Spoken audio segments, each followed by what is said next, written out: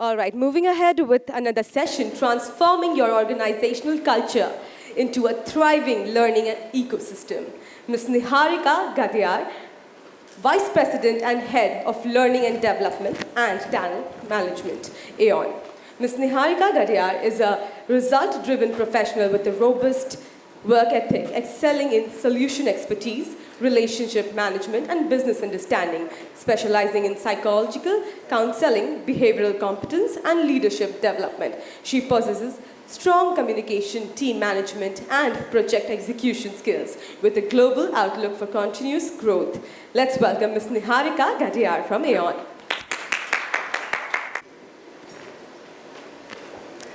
Good afternoon, everyone. It's a pleasure to be here, and thank you so much for having me address this very illustrious forum.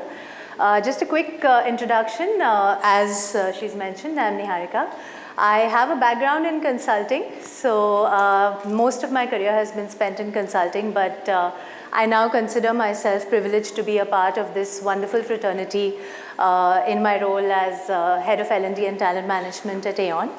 And I'd like to share a few of my learnings over the last few years on how I've been trying to, along with my team, create a thriving learning ecosystem within the organization.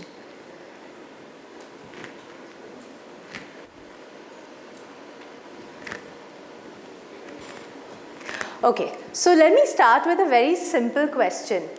Why do adults learn? As adults, why do we learn? Anyone? Why do we learn? I'm sorry, I can't hear.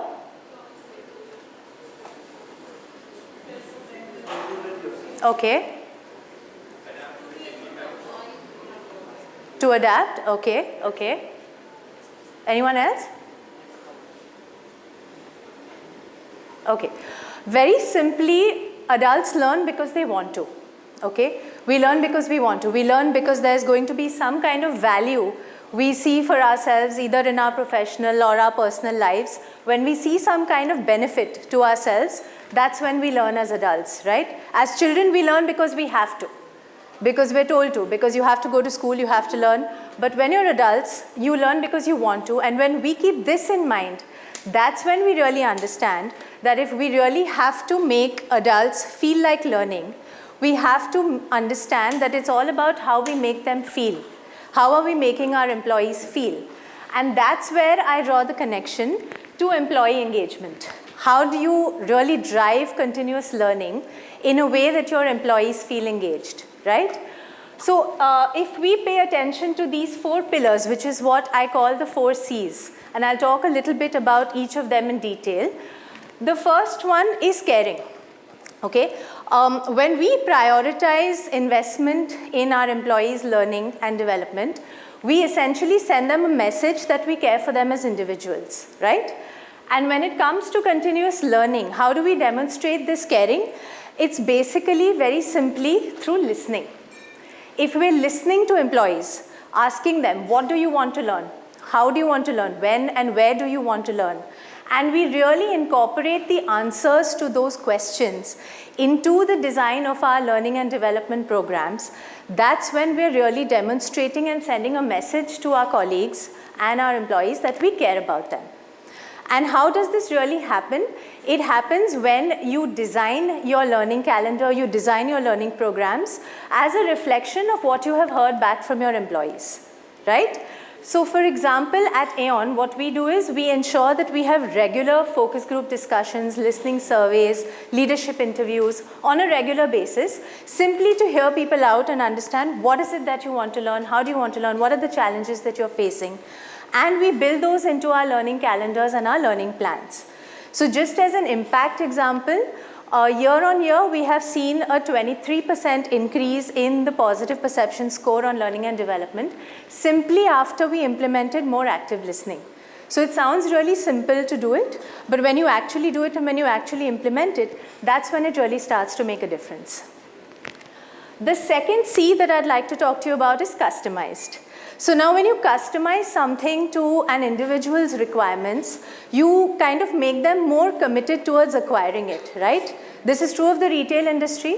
if something's customized for you, something's got your name on it, something is really built to your need, you might want to buy it. Isn't that the case? Yeah? So the same thing really holds true for learning as well.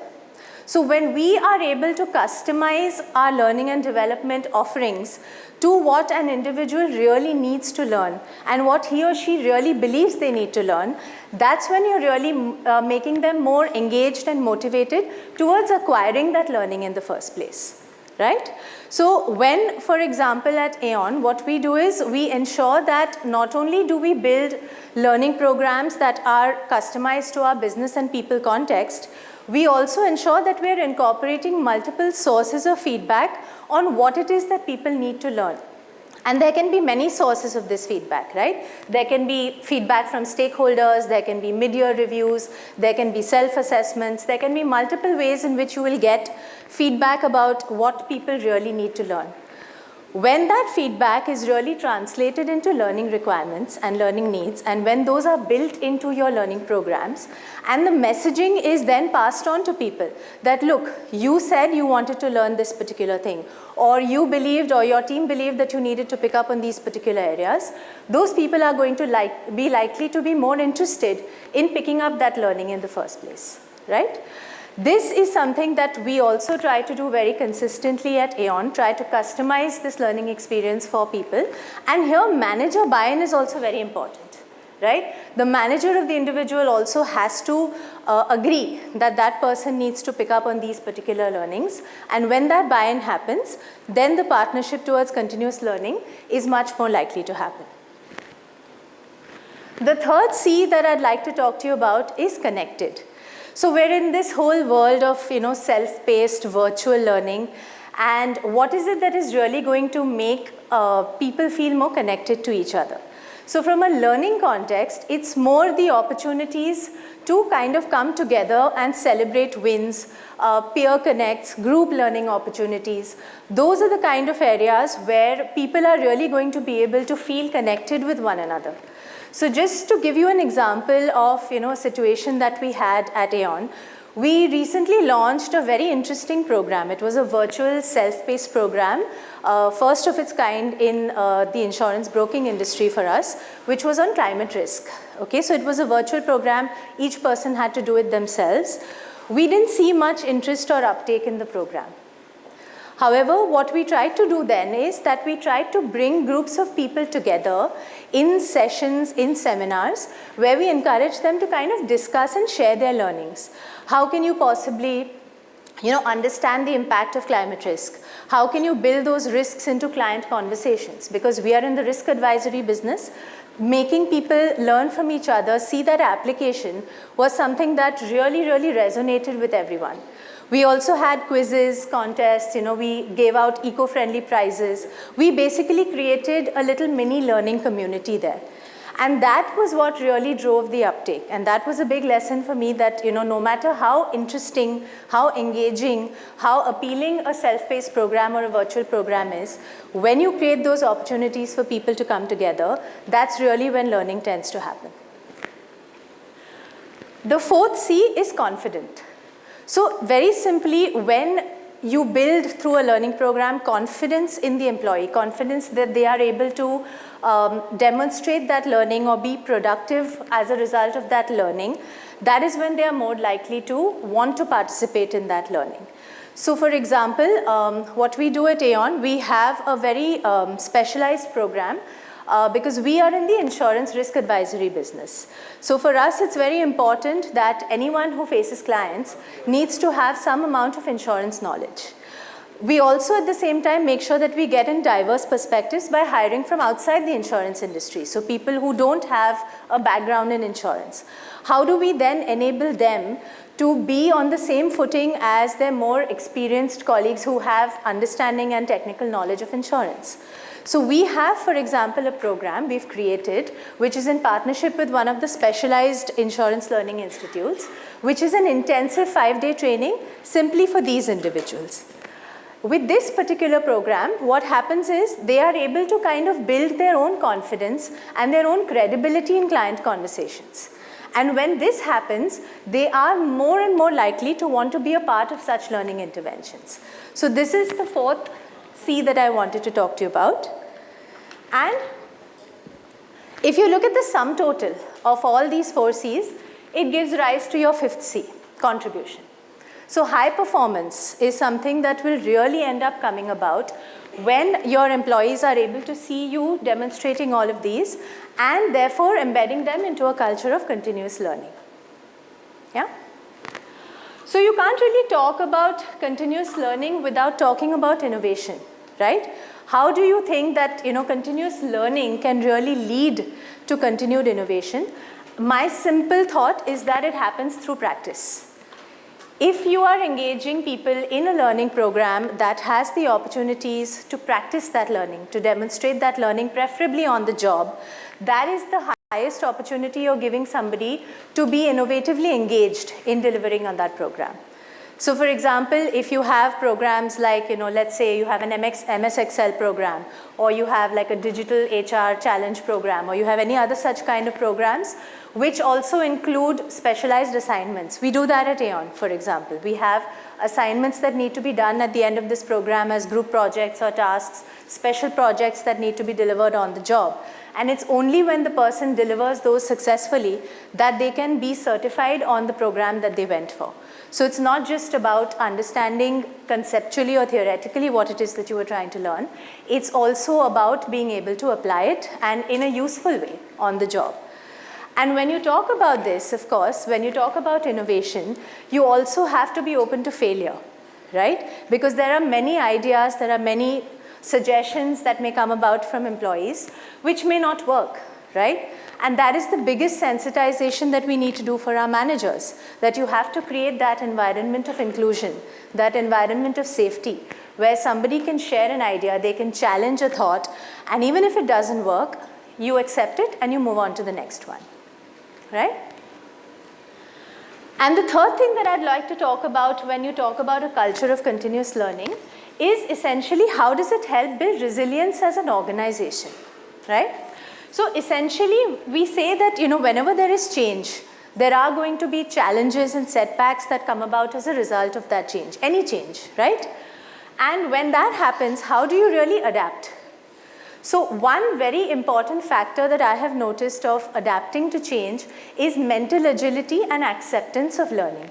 So when you are agile, when you are acceptance of the change that is happening, and when that translates into a focus on learning, that is when resilience really comes about.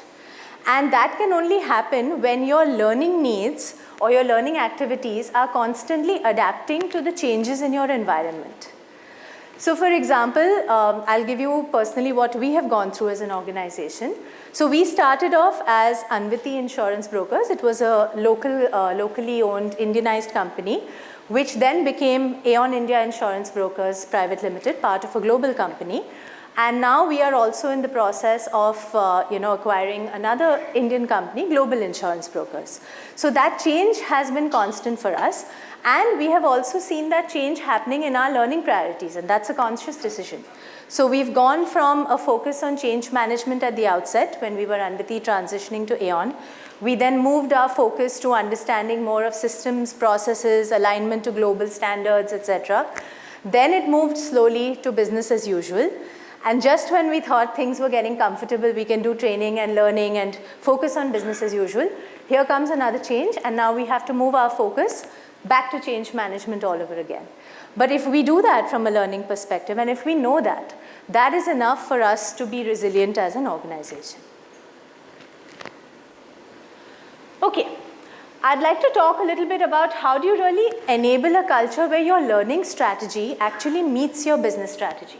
Now, obviously, the pinnacle of being an L&D professional is for us to have a very influential seat at the table, right? When business and strategic decisions are being made, execution plans are being made, we want to have that seat at the table. We can do that if our learning strategy is actually aligned to and delivers to the business strategy. And this is a matrix that I use very frequently to help me understand whether the kind of learning programs or learning interventions that I'm proposing are really aligned to the business strategy from a person perspective or a business perspective. This is the matrix I use, which is the program interesting to the individual who's going to acquire it? Is it also relevant to the business? And of course, the ideal state would be that I would want to have a program which is both interesting for the employee and very relevant for the organization. But we all know that this is a very ideal situation, right?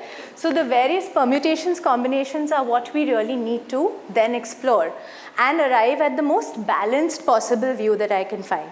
And this is practically the thing that has honestly helped me the most. Because I have seen a lot of programs, for example, something that's both interesting and relevant for me would be, let's say if I did a gamified program around, how does insurance advisory get delivered to clients? Very interesting, very relevant. Something that's relevant but not interesting, big challenge for me in my industry. Insurance tends to be sometimes a very dry subject matter knowledge. The way of delivery of it is also quite dry. There are videos or there are just books. There's not much that's interesting, but it's still very relevant. People need to know it. Interesting but not relevant, many such things. I mean, I might want to do a mind reading course tomorrow. Is it really relevant, or is it something that I can use on the job? Probably not, though it may be of interest to me. And not interesting, not relevant is exactly what I want to just throw in the dustbin. It's something that is not going to work for me, not going to be useful for the people I support, and it's absolutely not relevant either. So this matrix is something that really helps me out, and this is something that I wanted to share with you.